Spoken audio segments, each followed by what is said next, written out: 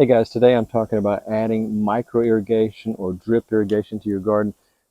Over 10 years ago when I built my vegetable garden, this was the way I did it. It was very inefficient. It wasted a lot of water. I've got this one particular spray head hooked up today because I wanted to show you how inefficient it actually was. It did not spray the root system. It was an overspray, so it's a terrible way to set up your garden. Originally, probably close to 15 years ago, I thought this was the way to do it. But microirrigation came into my way of thinking, and away I went with the pop-up sprinkler heads and things like that, and the overspray. It's just not an efficient way to do it. So I'm going to show you how to hook up a micro irrigation system and all the benefits to doing that. So guys, currently I have in this particular vegetable patch, I have 19 raised beds in a large propagation area, and also I have an area for mame or shohin bonsai, and those are also automatically watered. Those do have a little bit more overspray because there's so many of them. It would be very hard to do individual irrigation. So there is an exception here and there in my garden, but that is the only exception I have. Everything else is micro irrigation. My full-size bonsai, they also have micro irrigation or drip irrigation. So today, the reason I'm talking about this is I had encountered a problem with my micro irrigation. I'm going to show you how to solve that problem very quickly and easily. So guys, here's the problem I've encountered. I failed to put in an automatic drain valve, and I should have done that in the lowest point of the irrigation system, but the water was not draining in the wintertime. It stayed in the pipe, and it cracked at the very base of this particular controller. Has a crack in it from freezing temperatures. Now, that was completely my fault, and I should have known better than to do that. But today I'm going to solve that problem by putting in I'm going to replace some of these and put in new ones, but also put in an automatic drain valve at the lowest point of this particular pipe.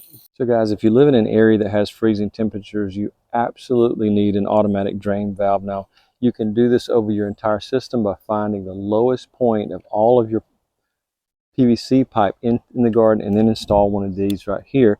When the system is pressurized, this cuts the water off from draining, and then once the water cuts off, it releases it and allows the water to drain out of the pipes, which will prevent your pipes from freezing. Unfortunately, the lowest point in this entire system is buried on one point closer to my irrigation boxes or the valve boxes, and it's very hard to find the exact point. So I'm just going to do it kind of the cheap and easy way. I'm going to install this automatic drain valve. I'm going to put it on each pipe where we have a leak on the micro irrigation, and that way it can drain very quickly every time it cuts on and off, and that way I don't have to worry about these very expensive, I say expensive, but they're not hugely expensive, but when you have to replace 10 of them, it does become a little more expensive. So this is what controls each line going out to each plant, and that way it doesn't leak and I don't waste any water, and I get the maximum benefit and money saving potential of this type of system. So guys, the first thing I'm going to do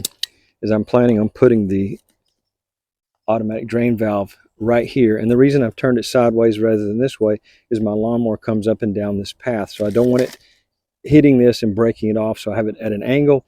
I have it as close to this other fitting that's coming out of the ground.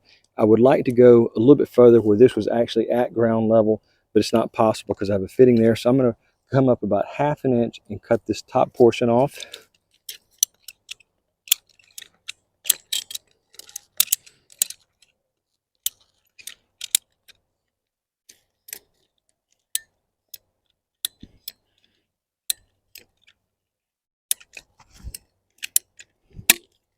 Okay, so we're coming up about 1/2 inch above the ground, and we're going to see if that works right there. That's going to be perfect, but I need to do something first. I've painted this with black paint just for aesthetic reasons, and also it heated up the water a little bit more inside the pipe. I thought maybe that might prevent a breakage, but when you have single digit temperatures, no matter what you do to the pipe, it is going to break at some point if it gets too much pressure.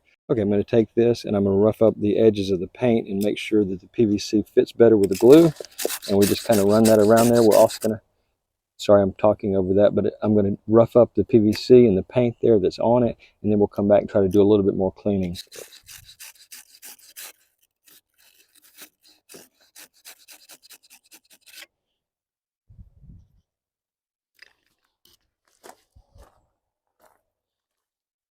Okay, so we're going to clean the pipe with some PVC cleaner.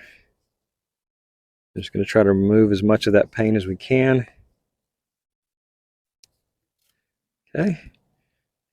And we're going to take our PVC glue.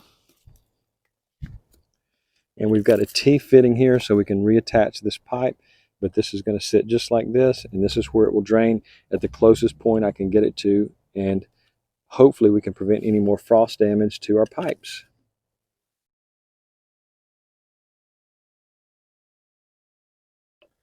And put this close to the ground as we can. And next we'll reinstall our original pipe and hook up our irrigation system. Now I'd ordered these fittings from Drip Depot, and it's a great place to get it, and their prices are really competitive. I'll link some Amazon, but I think that you'll get a better deal actually at Drip Depot. But either way, whichever way you decide to go, or if you can find it at your local hardware store. So this is our 9 controllers, 9 ports, and you can double that to 18. So I could literally have 18 plants in this one 4x8 bed controlled by this one emitter. Also, you have to remember you have to have really good water pressure. If you have weak water pressure and you have all this going at once, you're going to need to divide it into zones, which I do have a lot of zones. In this particular vegetable garden, there's 3 zones. There's my small bonsai area, some larger bonsai, and the main vegetable garden. So I actually have 3 zones in this one vegetable garden. So that way it's only running one zone at a time for about 1 to 2 minutes a day, depending on the time of year. So guys, I wanted to show you this micro irrigation spray head and the way it works. There's 9 ports on here, and each port I'm able to cut one port on or off. So if I had 2 plants on it, I could cut the water off to that one plant or leave it on just for one plant. So depending on what you've got going on in your vegetable garden, this is a great way to control over drip, just a general drip irrigation. It's a lot more precise, and you can water an individual plant as much as you want to. You can cut it down at halfway or have it at full. But this, for me, is a lot better than just a regular drip irrigation system. Okay, again, I'm going to rough up the paint that we put on here, and I want to make sure that this will be able to have a good solid hold on here. So I'm just going to rough up the PVC.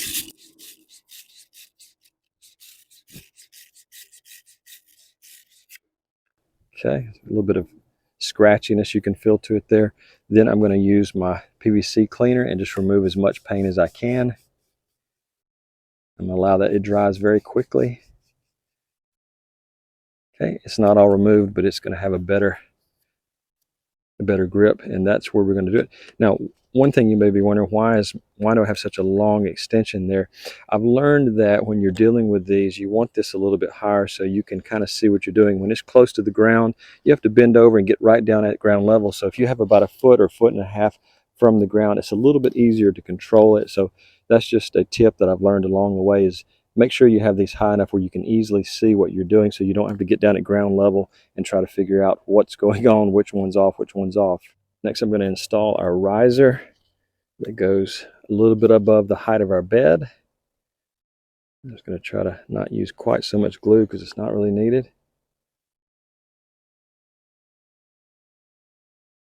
Okay, put that in our riser, give it a little few minutes to dry. Now, these require a 1/2 inch male fitting. So at the top, I had one previously. I'm going to put that on there. And so that is all there is to it. You have a system now that can water 1 plant in a raised vegetable garden, or you can do 9, or you could double that number and actually have 18 plants watered from this particular head. And so it's a lot easier. Also, in the wintertime, when it's not in use, you get freezing temperatures. This will all drain out right here. So just remember, that is what makes the system work as far as the spray heads, and this is what protects it in the dead of winter. When you have a lot of really freezing temperatures, you don't have to worry about water being trapped right here and cracking it when it expands. So one more thing I want to show you that this kit comes with from Drip Depot, and most of them have this, is you have caps to put on your tips right here, and that will prevent water leakage. But I'm not really sure how useful that is when you can just manually cut these off. But the thing that is extremely useful is this right here. It's a filtration piece of plastic that filters any possible small debris. You just put it on like that. It's super simple to put in place. It's extremely fine holes. So even a very small, just only the smallest particles could get through here. But you're going to put that like that.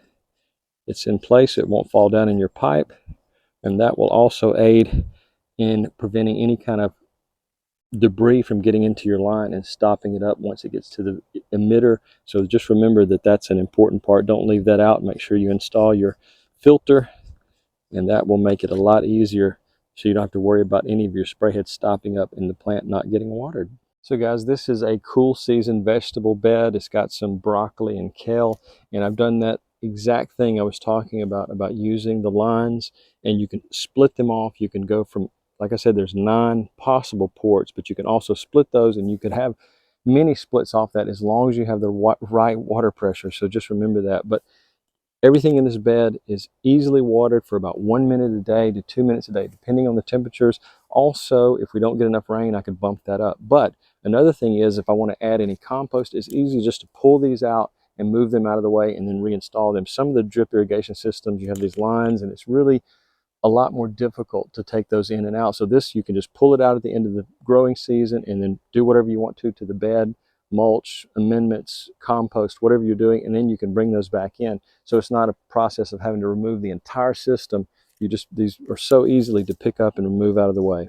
So guys, even if you don't have a really complicated irrigation system, you can do something as simple as having a faucet timer controller, and a lot of these have multiple outlets where it could control multiple zones or multiple raised beds. So you're not limited to using this type of micro irrigation. It will save you a lot of water, and it will save you a lot of time as well, because you don't have to think about it. It will just automatically do this based on how many minutes and how many days a week you want to water. And especially in the summertime when things get really hot, this can just save you a ton of time. So I would recommend doing this any day of the week over manual watering. So guys, I'll link everything I've talked about in the description below. Also, I'll put a link to Drip Depot's website. I think that is one of the cheapest places you can get a lot of irrigation supplies. I don't have an affiliate link to them. I don't know if they even have an affiliate program. But anyways, if you want to order from them or you want to order from Amazon, I'll put the details and everything down below of everything you need to put this system together. So guys, I hope the system, if you decide to do it, I hope it saves you a lot of time and a lot of money off your watering expenses, because it did for me, about 90% off of what I once spent on my watering cost.